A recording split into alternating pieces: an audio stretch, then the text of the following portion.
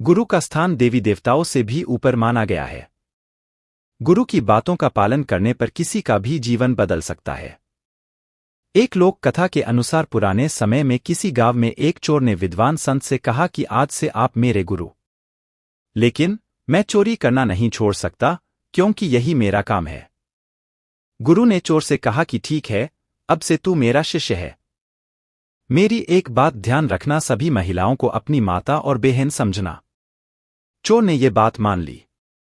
ये लोग जिस गांव में रहते थे, उस राज्य के राजा के यहाँ कोई संतान नहीं थी।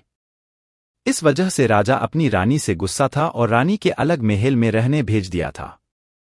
संतान न होने की वजह से रानी भी बहुत दुखी थी। एक रात चोर रानी के महल में चोरी करने पहुंचा। रानी ने देख लिया कि चोर महल में घुस गया है। महल के चौकीदारों ने भी चोर को देख लिया और उन्होंने राजा को खबर दे दी। रानी ने चोर से कहा कि तू यहां कैसे आया है? चोर ने जवाब दिया कि मैं घोड़े से आया हूं।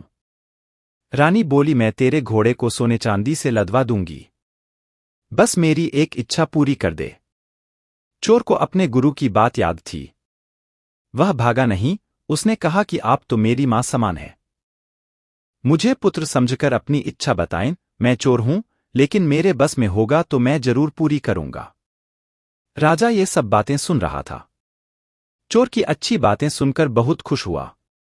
उसने चोर को दरबार में बुलवाया और कहा कि मैं तुझसे बहुत प्रसन्न हूं, तू मांग ले जो चाहता है।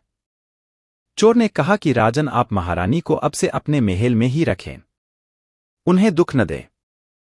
राजा ने चोर की बात मान ली। महारानी से राजा ने अपने किए की क्षमा मांगी। रानी से राजा से कहा कि हम इस चोर को ही अपना पुत्र बना लेते हैं, इसकी वजह से ही सब ठीक हुआ है। राजा भी ये बात मान गया और चोर को अपना उत्तराधिकारी घोषित कर दिया।